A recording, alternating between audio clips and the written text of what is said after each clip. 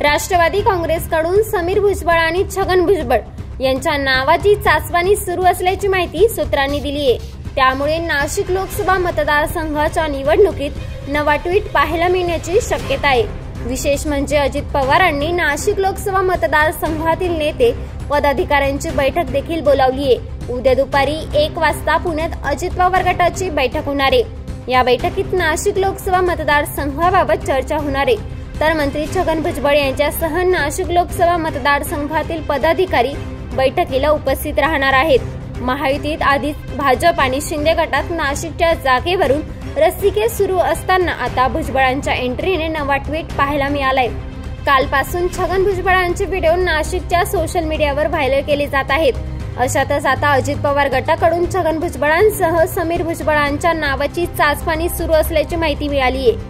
महायुतीत राष्ट्रवादीच्या साताऱ्यातील जागेवरून दावा सोडला असून त्या बदल्यात राष्ट्रवादीला नाशिकची जागा मिळण्याची शक्यता आहे।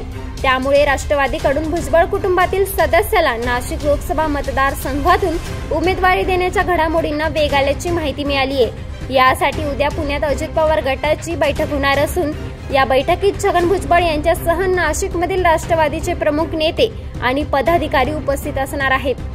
दरम्यान या सर्व चर्चांवर बोलताना छगन भुजबळ म्हणालेत की माझं नाव तुम्ही चर्चेत आणलंय, पण याबाबत तिन्ही पक्षाचे नेते मिळून निर्णय घेतील। काय रुसवे आहे, नाराजी आहे याबाबत गोषवारा घेतील। कोणी मुंबईमध्ये गेले मागणी केली, त्यामुळे गोषवारा घेतला जाईल। तसेच भुजबळ कुटुंबाला उमेदवारी पाहिजे अशी माझी मागणी नाही।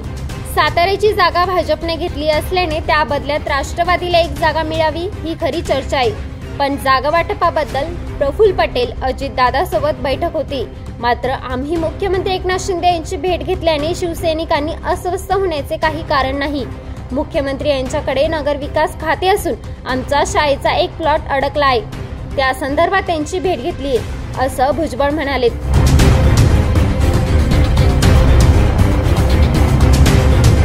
ब्युरो रिपोर्ट, सप्रेम मराठी।